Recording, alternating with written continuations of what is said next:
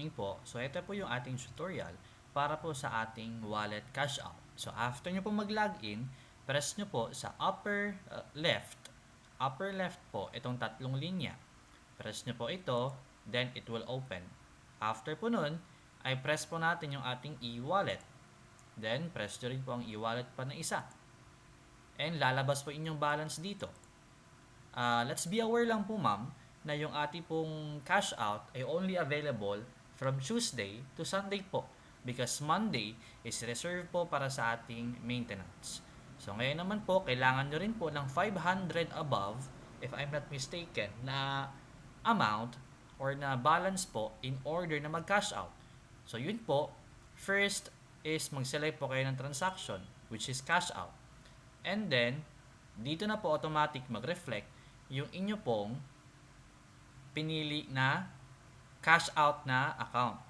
Then po, ilalagay nyo po yung amount na gusto nyo po. From 500 to 50,000 po. Yun lang po. Then after po nun, lalagay po kayo sample 500. I-submit nyo po siya. And then lalabas po ito. Then ito po, makikita nyo po lahat ng mga details po dito. Transaction type, reference number, bank name, account number, check nyo po lahat kung correct po ba, amount, then meron po siyang onting fee. After po nun, press nyo lang po yung confirm, then okay na po siya. Pwede nyo po siya i-check kung pumasok na po ba siya sa inyo or hindi. So, yun po ma'am. And ito po, second case, if hindi po tama, yung lumabas po dito na details po ninyo, you can update po yung inyong cash out account details. Paano po siya?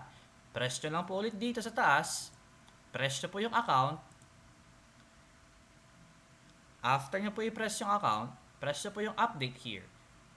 Sa update sa lower right. After nyo po ito i-press, then, i-change nyo po yung bank details. Then, pwede nyo po here, i-change ang inyong bank, ang inyong account number, and ang inyong account name. So, yun po. Thank you, ma'am. After po nun, apply nyo lang po. Then, update na po siya.